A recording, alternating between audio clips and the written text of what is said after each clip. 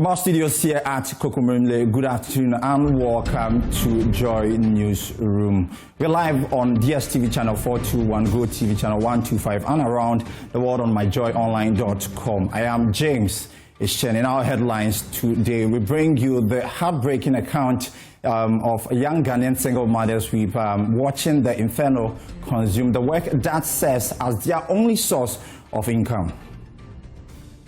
Also, Gender Minister shows support for domestic violence victims as search for her children continues.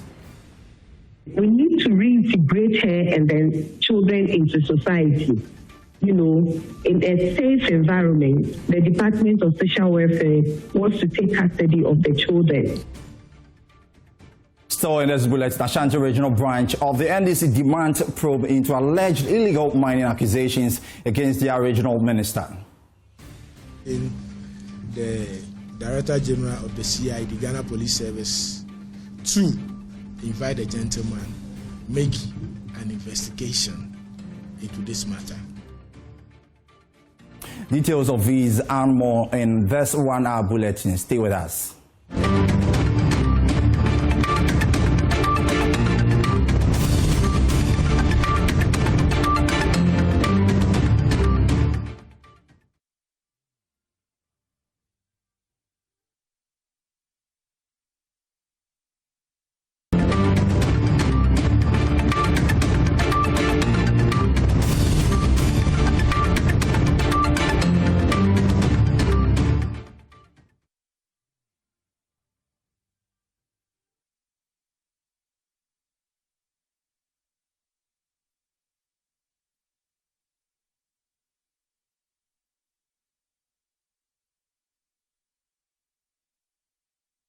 Welcome back to Joy Newsroom. Now, former Minister of State Victoria Bright, who served as legal advisor to the presidency under John Kufuor, says the office of the special prosecutor is dragging its feet on the extradition of former Finance Minister Ken Ofori-Atta. Speaking on News File, she argued that there is a clear credibility gap, insisting that Mr. Ofori-Atta was allowed to leave the country without being arrested or formally charged. I think that the whole OSP argument is becoming increasingly uncomfortable and difficult for the OSP because the public for a long time has made it clear that they feel that he has a legitimacy and a credibility issue. There was an overwhelming support, and for various reasons that has now gotten to where it has gotten to the point that now you could see that that whole thing has turned into a bit of a credibility deficit. And so there's now a credibility deficit at the OSP, and they have to work hard. They really have to work hard to repair that deficit because it's widening. Because, you know, to normal Ghanaians, their money allegedly has been stolen. That's how they look at it. They want the money back. The OSP has been given a mandate to aid in recovering that money and to punish the alleged or anyone who is found to be culpable. Over 1.4 billion at stake.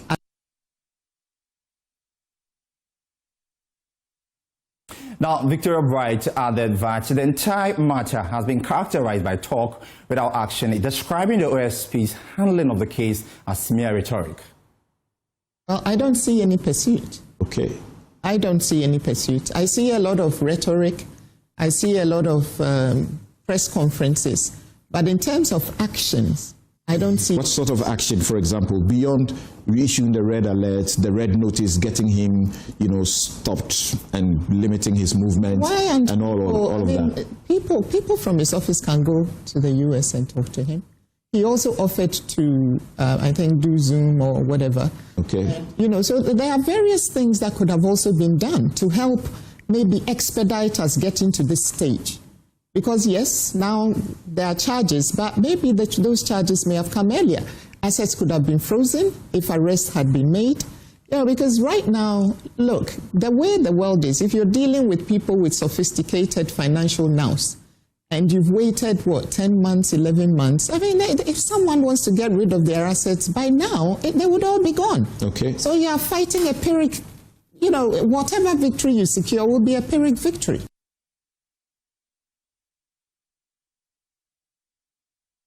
Meanwhile, Director of Strategy, Research and Communication at the OSP, Samuel Darkon, says the office is waiting for a court date to formally serve Ken Ofori-Atta with a charge sheet.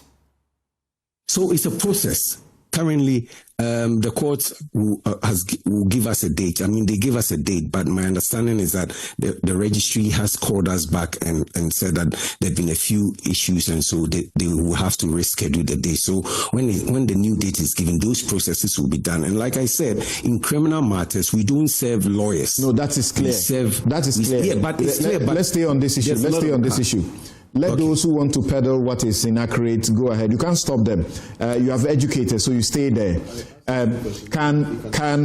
Could you have gone for this summons before you filed the charge sheet? No, we couldn't have done that because we were still in the investigative stages, and we couldn't have gone to court to that. That's why we had explained that. The question that is being asked you again.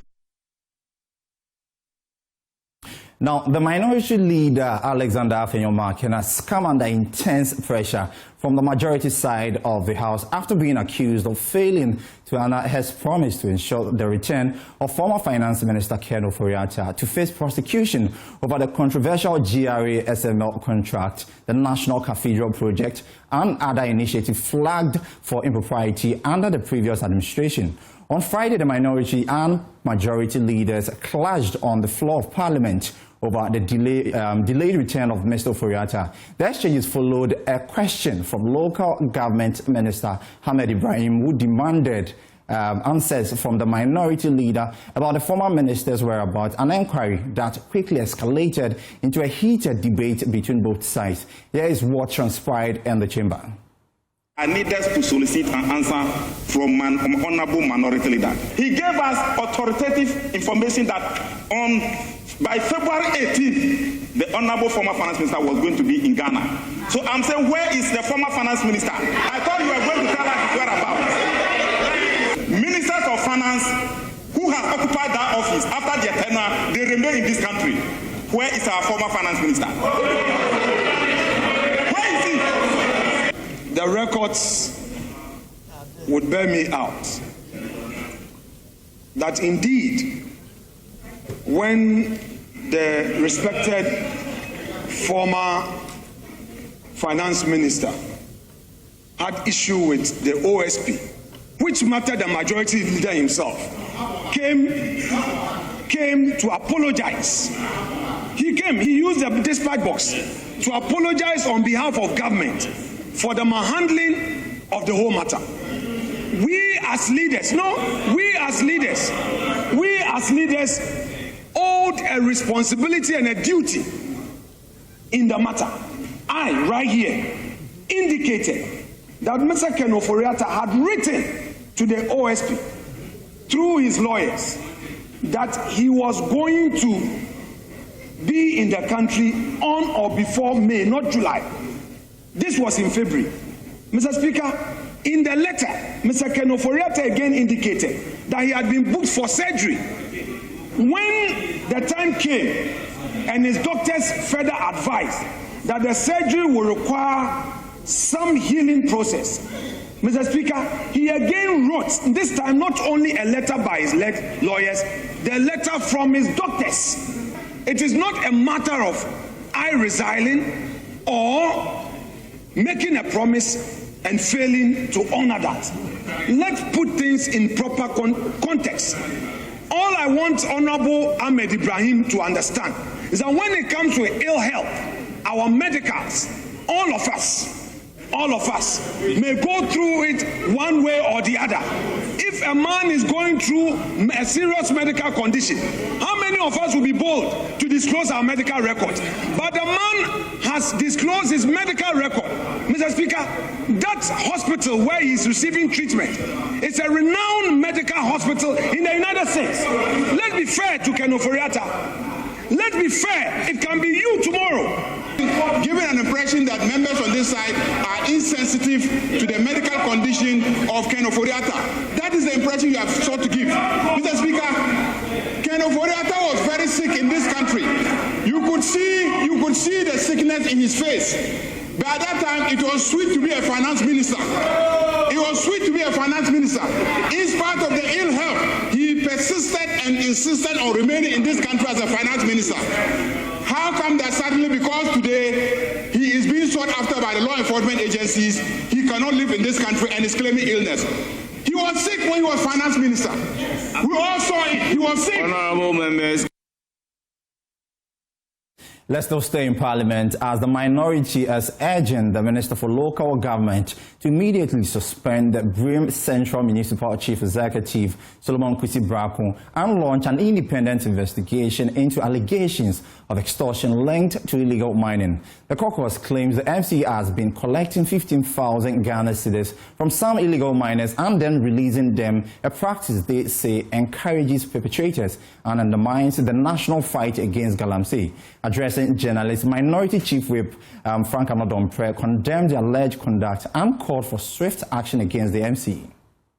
If you go to Oda constituency, there's a lot. We spoke to this matter earlier on about the MC, Mr. Solomon Kusi, the MC for Oda, who is illegally taking money from galamseyers. And he claimed to be charging them because they are engaging in galamsey. Can you imagine? Can you imagine? He is supposed to be the representative of the president. He represents the president in that municipality. And I don't know which part of the bylaws. I have looked at the Oda Municipal Assembly, their bylaws. There is no bylaw that allows him to charge illegal miners a fine. So he will charge them, take the money into his pocket, and then free them.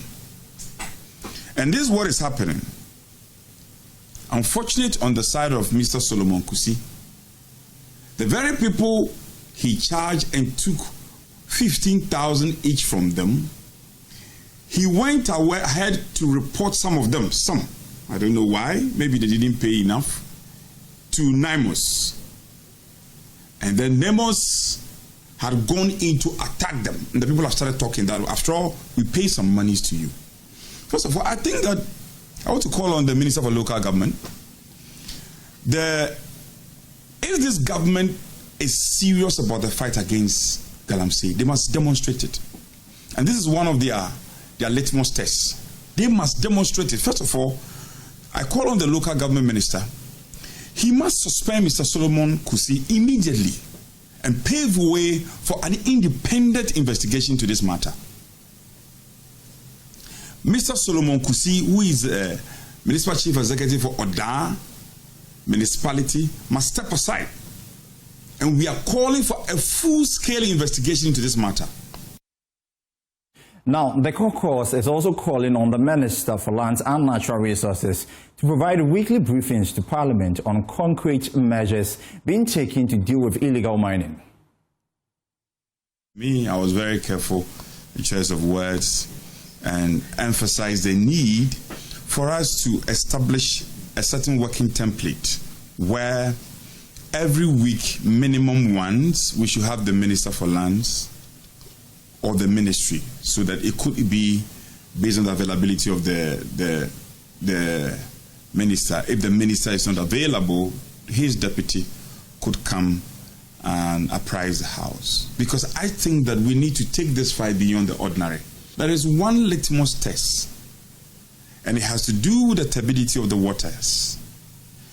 If the waters are getting bad, if the land is being destroyed, our lands are being destroyed, and especially now that we are told, scientific report, to the effect that heavy metals are being found on our dining table as a result of food items coming from these mining areas. I think it's a matter of life and death. And it clearly also tells us that something is not being done right. And we, as a parliament and as a representative of the people, we have an oversight powers. We have oversight powers to be able to subpoena the minister to come. Away from illegal mining, lead proponent of the Human Sexual Rights and Family Values Bills, John Ntimfordjour, has voiced frustration over the continuing delay in scheduling the anti-LGBTQ bill for laying on passage. He argues that the prolonged hold-up appears deliberate and risks creating a negative public perception of Parliament. He's urging that the bill be advertised for next week, just days after the President publicly reaffirmed his readiness to sign it once passed by the House. Mr. Speaker, and it's been 6 weeks since the Human Sexual Rights and Family Values Bill, Private Members Bill, was featured on the order paper. The next day it was removed and some disputed reasons were given. A week after, the Speaker of Parliament gave a ruling, very clear, and the records Hansard captures it, that nothing prevents the bill from being laid.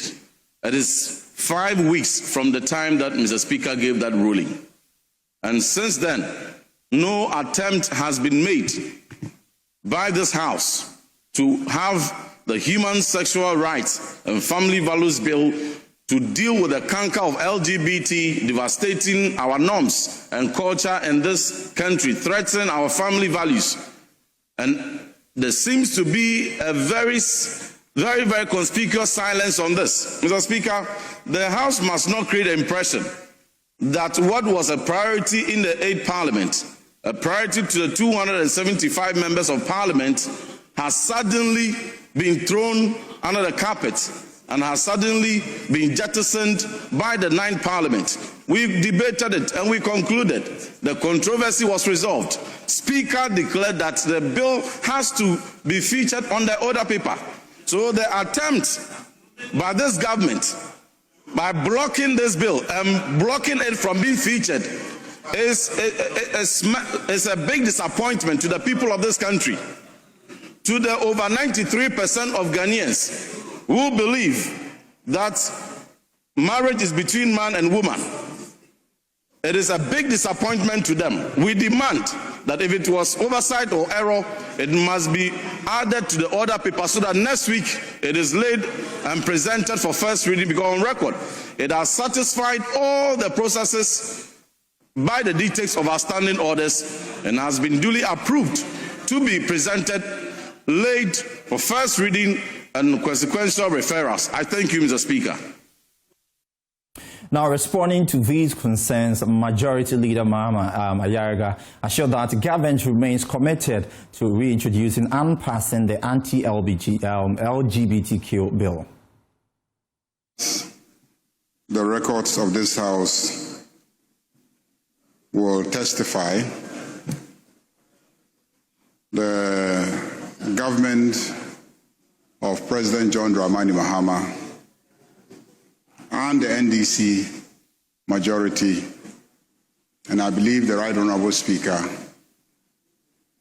we are all very committed to the passage of the Human Sexual Rights and Family Values Bill. If you recall, a couple of weeks ago when we debated this, I was the person who insisted that the fastest way to have this passed into law is to take a position that this Parliament has already passed it. So what is left is signature. And I recall many on your side arguing against my position, and so Speaker ruled, and he ruled that so far as he is concerned, the life of the 8th Parliament had elapsed, and this is a new Parliament, and once it wasn't signed, it had to be reintroduced afresh and taken through all the stages.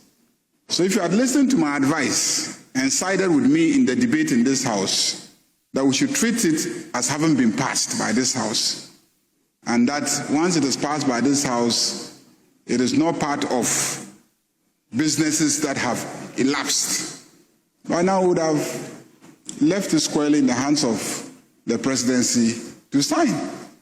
But because I didn't get that support from you, the position became that it hasn't been passed, and so we must take it through all these processes. So if there's anybody committed to this legislation being passed. Clearly, it is me and then the people on this side, especially to have it passed expeditiously. Now, you decide that it should be freshly considered by this House, and I think that at this point, the Speaker indicated that it is going through the mill and will come back to this House. And so it is not an attempt by government. It's not an attempt by government. And President John Dramani Mahama has indicated time and again that any moment that the bill is brought before him, he will expeditiously sign it. So my honorable colleague, Honorable Ntim Fojo, even though in the 8th Parliament, I really didn't see you actively involved in having this bill passed. I know you were a sponsor of the bill, but as we considered it, I didn't really see much of your involvement. I didn't really see. If you recall, it was my committee that it was referred to. It was my committee. And then I didn't see much of your own personal involvement. And so I am surprised that all of a sudden you think that this is an urgent matter that must engage a priority in terms of the work of this House. And also, when we were all putting pressure on President Akufo-Addo to sign, I didn't see you helping us to put pressure on President Akufo-Addo. I didn't see you. I didn't see you resisting, you know. And now you have found your voice, and you think that President John Dramani Mahama or the NDC is conspiring not to have the bill, you know, introduced and passed. I can assure you that we are very committed to having the bill introduced and passed. Away from that, the government says it is reviewing proposals from 3 valuation firms to independently determine the true worth of the Afenyo discovery and to finally verify whether Springfield's reported investment, including the company's claim of spending over $200 million, can be validated. Energy and Green Transition Minister John Jinapor, speaking on the Super Morning Show, says once the final firm is selected, the ministry will publish a clear roadmap for the next steps, including the possibility of a state takeover of the block. The move comes as government faces growing pressure to protect Ghana's dwindling petroleum assets, with production from Jubilee and TEN continue to decline. Jinapor insists any decision on Springfield's Afenyo discovery will be based strictly on evidence from a credible independent valuation. An independent, transparent process that emphasizes on value for money, that emphasizes on competent technical evaluation. After that, I'll meet all these users. Let's do what is right. Let's do what is proper, so that tomorrow when I leave off, I can turn back and say I did a good job. And we need to validate. It's not enough for Springfield to say I spent $200. Where did you spend $1? Who did you pay? Did you even pay the right amount? Because there are standards. You can't just tell us that you drill a well and it was 50 million when the standards is that it should be, say, 20 million. So I'm even going beyond what you are saying. Timelines is now the issue. We have 3 companies. Let's have a session with them. Let's see the work they are going to do, and then we can agree on the timeline. And when we agree on the timeline, we'll make that available as well. We are dealing with an indigenous Ghanaian company. It's not as if they took the field and sat doing nothing. So that is not comparable. Normally where I revoke a license is when you've been granted a license to go and explore. You are given, say, 3 years, and you do nothing. We would revoke and take over the asset. But when an indigenous company has spent money, gone ahead to drill, conducted an appraisal, and shows that there is some potential, I will not terminate that agreement. I will sit with that company, look at what they've done so far, and determine whether we can help that company so that it will encourage other Ghanaian companies to venture into that field. If they do not meet that criteria, we will terminate that agreement and assume the block. John Jinapor also says he is prepared to support an indigenous company once its actions are legitimate, but that support will not override due process. We are dealing with an indigenous Ghanaian company. It's not as if they took the field and sat doing nothing. So that is not comparable. Normally where I revoke a license is when you've been granted a license to go and explore. You are given, say, 3 years and you do nothing. We would revoke and take over the asset. But when an indigenous company has spent money, gone ahead to drill, conducted an appraisal, and shows that there is some potential, I will not terminate that agreement. I will sit with that company, look at what they've done so far, and determine whether we can help that company so that it will encourage other Ghanaian companies to venture into that field. If they do not meet that criteria, we will terminate that agreement and assume the block. Now, the minority in Parliament say the government plan to construct a new expressway from Accra to Kumasi is a misplaced priority. The caucus insists that instead of a new expressway, the government should use the resources to complete the existing dualization of the Accra-Kumasi highway. NPP MP for Okaikwe Central, Patrick Boama, has been debating the 2026 budget.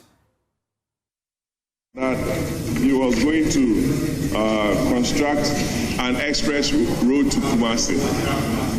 Mr. Speaker, what is the crime of the people of this country, especially those of us who ply that road to our villages, especially from Accra to Paga and to Boko? For 8 years, from 2009 to 2016, not a single kilometer of road was added by the NDC government.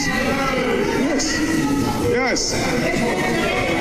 You come into government again, and instead of you prioritizing with the completion of the dualization of the Accra-Kumasi road, you are telling us that you are going to construct an express road. From which funds? It's a complete misplaced priority. What Ghanaians want to see is the completion of the dualization project that was started by the Akufo-Addo administration. Yes. Then you can even look at that, because even the financial models do not help you. How are you going to construct this? Through a PPP arrangement? And how much are you going to charge road users? But Deputy Minister for Roads and Highways, Alhassan Suini, says the expressway and several other road projects initiated by the John Mahama government is to open up the economy for more growth. Speaker, you will notice in this budget again that we have prioritized critical corridors, road corridors in this country. We have prioritized the construction of the Western Corridor, Wenchi all the way to the Eastern Corridor. That will take the road all the way from Aflao to the Upper East region, Kolongugu. Mr. Speaker, we have also prioritized the Central Corridor. And as we speak, the dualization of the Accra-Kumasi highway has reached about 64% completion rate. And Mr. Speaker, you will recall that when we came into power, that project was stalled because there was no dedicated funding for that project. It has been put now on the Big Push agenda. Mr. Speaker, the headline of President Mohammed's Big Push agenda is the new expressway that will see about 8 interchanges on the Kumasi-Accra highway. Mr. Speaker, all of these are not just concrete, bitumen, and metals. Mr. Speaker, these are projects that will impact our economy, that will produce jobs, and that will create employment. Now, former national chairman of the New Patriotic Party, Paul Afoko, says the party is failing to attain its full potential due to internal violence. Speaking to Joy News after delivering a public lecture themed Civic Courage, Speaking Up, Standing Out and Making a National Impact at the African University of Communication and Business, Paul Afoko said he's eyeing the national chairmanship position to help the party achieve its full potential by addressing the situation. All I just said was that the way the party was at the moment where violence has taken over, it is becoming unattractive, but it has not actually achieved its full potential. Exactly. And that it has its potential to achieve. So if I get, that's what you are aiming to fix.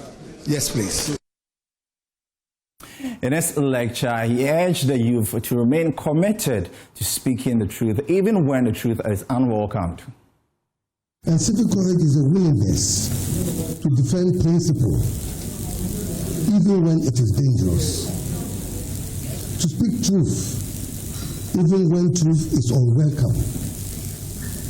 To protect democracy, even when democracy is fragile. There's this age-old saying we all have heard, speaking truth to power, speaking truth to power. People just bandy that phrase about. Welcome back to the Joy Newsroom. Now, the Ashanti Regional Branch of the National Democratic Congress has called for a thorough investigation into allegations of illegal mining against the Ashanti Regional Minister, Dr. Frank Amoako-Hene. The call comes after Wendell Nana-Yaw-Yeboah, head of mobilization at Democracy Hub, publicly claimed during a live broadcast on Aluta FM that 3 regional ministers, including Dr. Amoako-Hene, were directly involved in Galamsey activities in the Ashanti Western and Eastern regions. Speaking to the press, the group denied the allegations and urged an independent inquiry to ascertain the fact. We know how illegal mining in Galamsey, is devastating, our communities. So as a matter of fact, we need to sit up. We don't know why they are hesitating, because people are beginning to ask why this comment has been made. And the CID, the Ghana Police, and the investigative bodies have not called the gentleman to make inquiry into the reason why he said that. Probably he might have some evidences. You get it?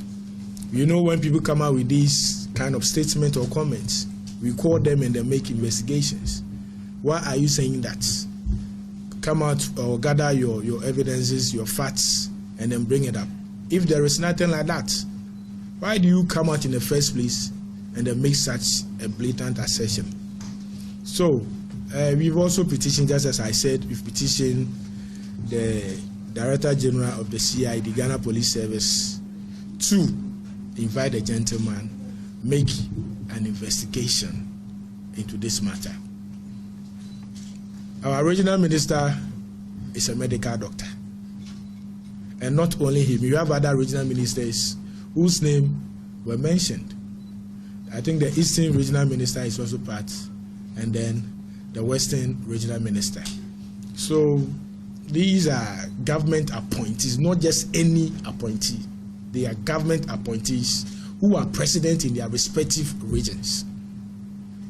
So why would they, the chairperson of the Regional Security Council, so why would they indulge in such a malfeasance? So it's a humble plea to Ghanaians. We are pleading with all of you, our friends from the media, to also join us in making sure we arrive at a positive conclusion. Away from the Ashanti region, the Central Regional Office of the National Disaster Management Organization, NADMO, has refuted reports suggesting that some of its staff were arrested for engaging in illegal mining in Eboboy in the Chifu Etimokwa district. Speaking at a press conference, Regional Director Emmanuel Mensah Dawood clarified that the individuals picked up during Thursday's disaster monitoring and risk assessment exercise were impersonators posing as NADMO officials. He stressed that the organization remains firmly committed to supporting the fight against illegal mining and will not condone any conduct that undermines its integrity. No NADMO director anywhere in Central has been arrested. No NADMO staff or no NADMO director is involved in any illegal mining activity as reported erroneously by some media houses over the week. Addressing the media in Cape Coast, the Central Regional NADMO Director, Emmanuel Mensah Dawood, denied that arrests made as Eboboy in the Chifu Etimokwa district of the region were of NADMO officials, stressing that no NADMO staff in the region has been arrested for engaging in illegal mining. So we have some hooligans parading themselves as self-styled security operatives, moving from one mining site to another mining site for whatever objective they are embarking on. They went to one community, they faced resistance, violence ensued. The community were able to overpower them. Police has apprehended them. They have been arrested. They are facing prosecution, of which none of them belongs to our organization. So for somebody to just put it out there that the people arrested are NADMO operatives or NADMO stars, it's quite unfortunate.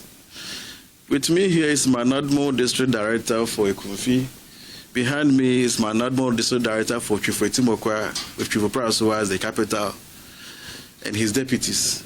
Nobody in Chifwetimokwa NADMO has been arrested anywhere, and none of them are involved in any illegal mining activities. He noted that NADMO will continue its collaboration with the Regional Security Council and other district security committees to fight illegal mining, supporting President Mahama's vision against the menace. But let me put this on record, that NADMO in Central Region will continue in our quest to work assiduously in tandem with President Mahama's vision in curbing the illegal mining menace, because some activities of the illegal miners contribute significantly to disaster issues in our region. Talk of drowning cases, talk of landslides, mudslides, some forms of geological disaster, they are all under our ambit. Talk of risk reduction and the danger their activities pose on the environment with regard to environmental degradation, pollution, water, but all those things. It is something we handle at our level in our office here. So NADMO will continue to work with the various district security committees and the Regional Security Council in our fight against illegal mining. From Cape Coast, Abigail Lisa and Nkoma reports for Joy News. Now, Gender Minister, as a short support for domestic violence victims, a search for her children continues. Harriet is safe. One of the things, initially we had trust challenges, trust in the institutions that are supposed to protect her. But after some talks, she came to understand that we all need help at one point or the other. And she willingly, opened up, and then we sent her to a safe place where we commenced a psychosocial support for her. And then the police came in to also ask her to assist with the investigation. So she's safe now, assisting with the investigations, and hopefully we'll have some conclusion to that. But that is not the end of it. Yeah. That is not the end of it. We need to reintegrate her and then children into society, in a safe environment. And what we're doing now is trying to, anybody with any information on the whereabouts of the children, it's been difficult to leave Harriet to go back into the same house. We are going to have a bad news afterwards. Yeah. I have experienced some of the family members, and I know their mindset and orientation, and I know it is not helpful as we speak. Yeah. And that is the more reason why the Department of Social Welfare wants to take custody of the children. Now, what was meant to be a long-awaited payday has instead descended into despair after a fierce blaze erupted through Shakir, a plastic manufacturing factory in the Wejagbawi municipality. Workers who arrived expecting their wages were met with heartbreak as flames reduced their only source of livelihood to ashes, leaving many, especially single mothers, unsure of what tomorrow holds. Maxwell Aklobotu was there and has more in the following report. A day when workers were expecting their wages has instead been filled with bitterness and disappointment as they woke up to the heartbreaking news of a fire outbreak at Chike, a plastic manufacturing factory in the Wejagbawi Municipal Assembly. Adwa Nkasa is a single mother. As single mothers, We are really tired. I woke up this morning preparing to come to work when I received a call that there had been a fire outbreak at a company. This has really disturbed us. We kindly plead with the authorities to assist us with some temporary work for now.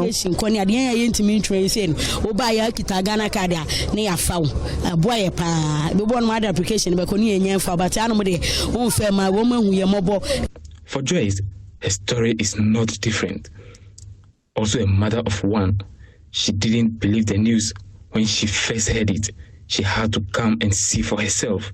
Yes, I was in the house and there was a taxi driver who used to bring me in the morning. So he came around 5 o'clock, so your company is burning. So I thought, he used to joke with me. So I thought it was lying, so I took my everything. And I came and I saw that it's true, it was burning. So actually, you've come to verify that it's burning, truthfully it's burning. What are you going to do next? Are you going home? Yes. Like, are we going home? We are waiting for everything so that we will know what they will tell us. Okay, so now, if the place is burnt, there's not going to be work for you for at least for some time now. What are you going to do now? I will look for another one. So it depends on what they will tell us. Edward, one of the male workers, shared similar stories.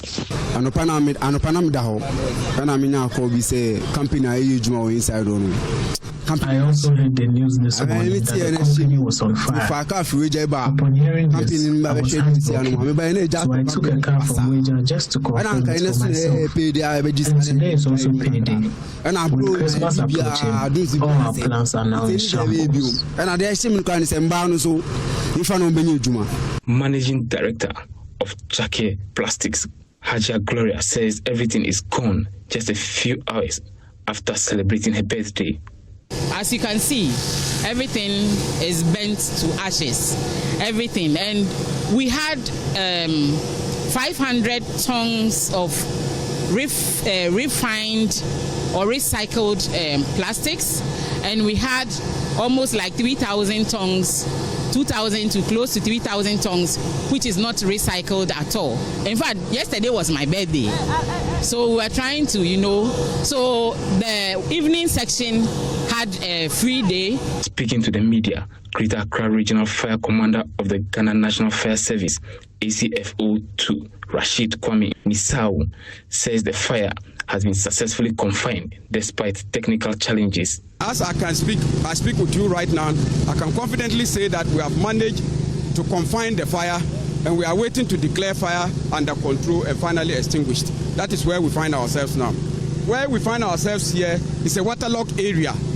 And a waterlogged area, the engines are very heavy. The municipal chief executive of the Wejagbawi Municipal Assembly outlines plans to better manage future fire incidents. As part of our plan, our 2026 budget, we factored in putting up a fire station for the Ghana Fire Service within our municipality. So it's part of the initiatives we are taking to ensure that we get ourselves ready for such eventualities. As the smoke settles over Chike, dozens of workers, many of them single mothers, are left staring at an uncertain future. What should have been a day of wages and relief has instead become a harsh reminder of how quickly livelihoods can vanish in a place. For Joy News, Maxwell Akrobatu, Wejagbawi, Accra.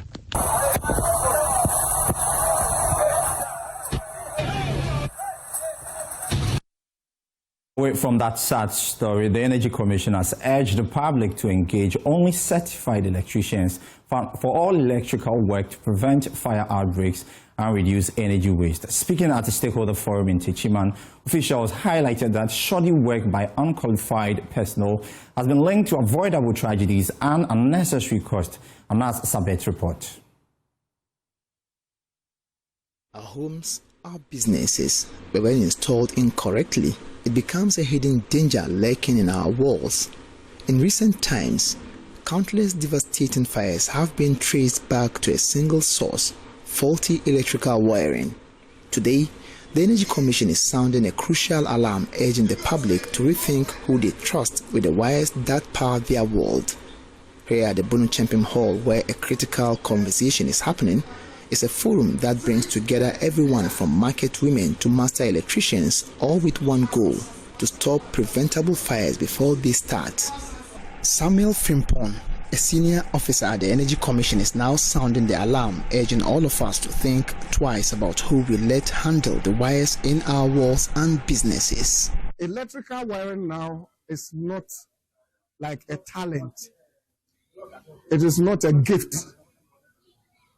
It is something that you need to learn, acquire the skills, write the licensure exams, pass. Then you can call yourself a certified electrical wiring professional. That is what the law says. So if you engage... Yeah. That's fine. Thank you. Share with us why we are here. So what's the solution? The Energy Commission insists it's about going beyond the cheap option and investing in safety.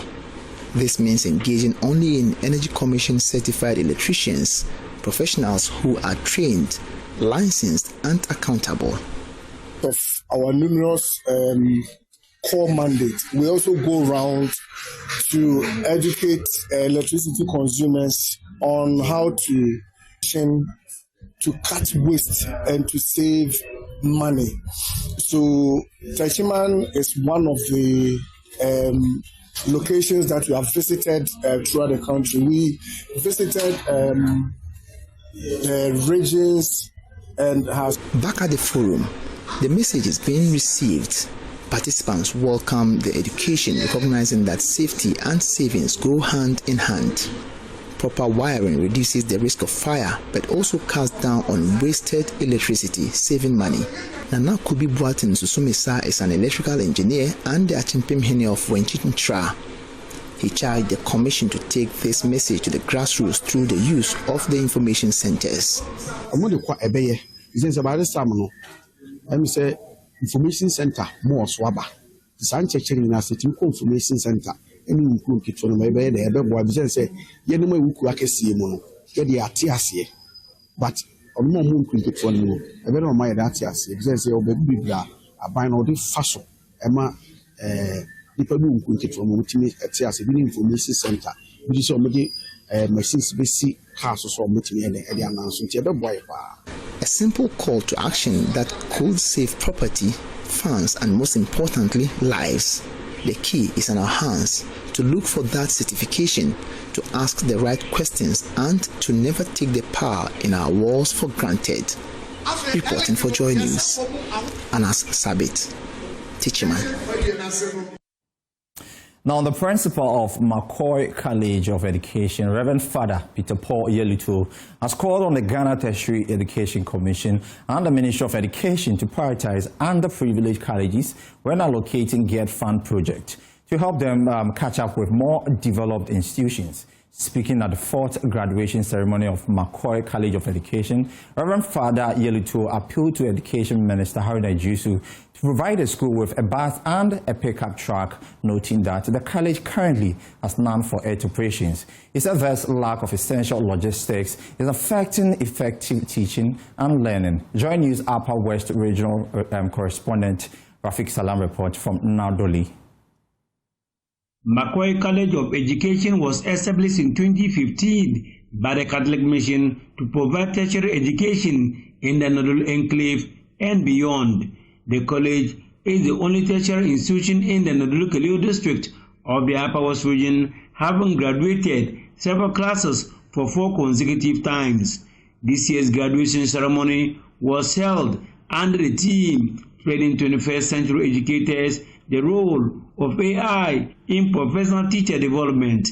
Speaking on the theme, District Chief Executive Mero Haruna, on behalf of the Upper West Region Minister Charles Wongo Pozung, noted that the world is moving at an extraordinary pace through artificial intelligence, hence the need to adjust to the changing time.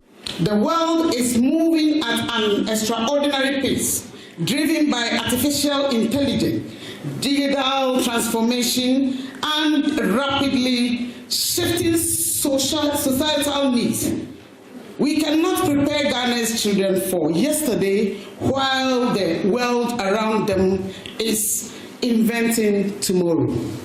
This is why the government, under the leadership of His Excellency John Dramani Mahama, is implementing bold and transformative policies to modernize education at all levels.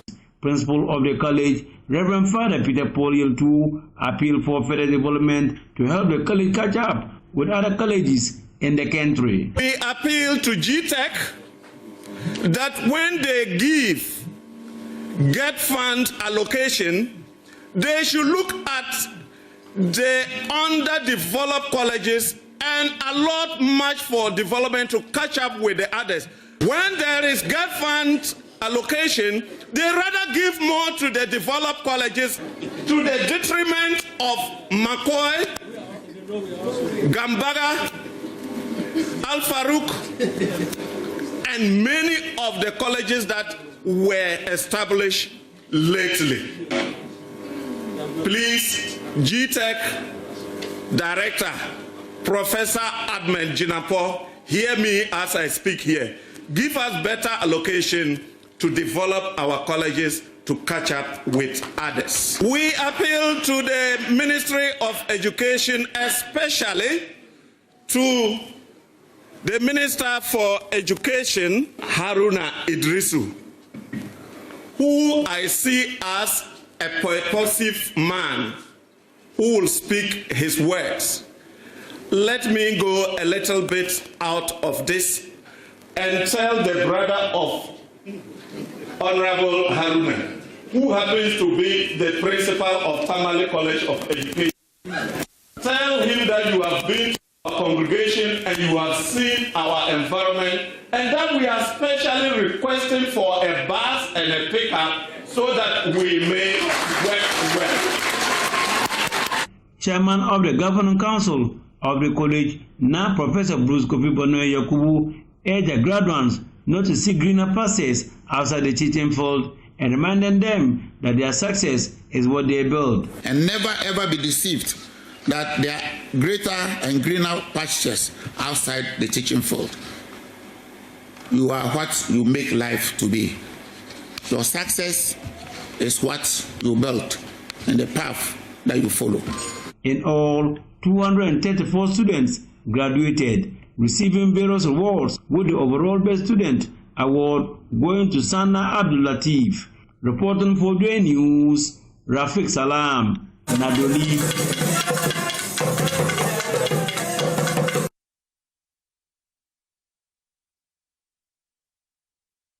And that's all for Joy Newsroom with me, James Shen. For more news, log on to myjoyonline.com. Thank you for your time. Good afternoon.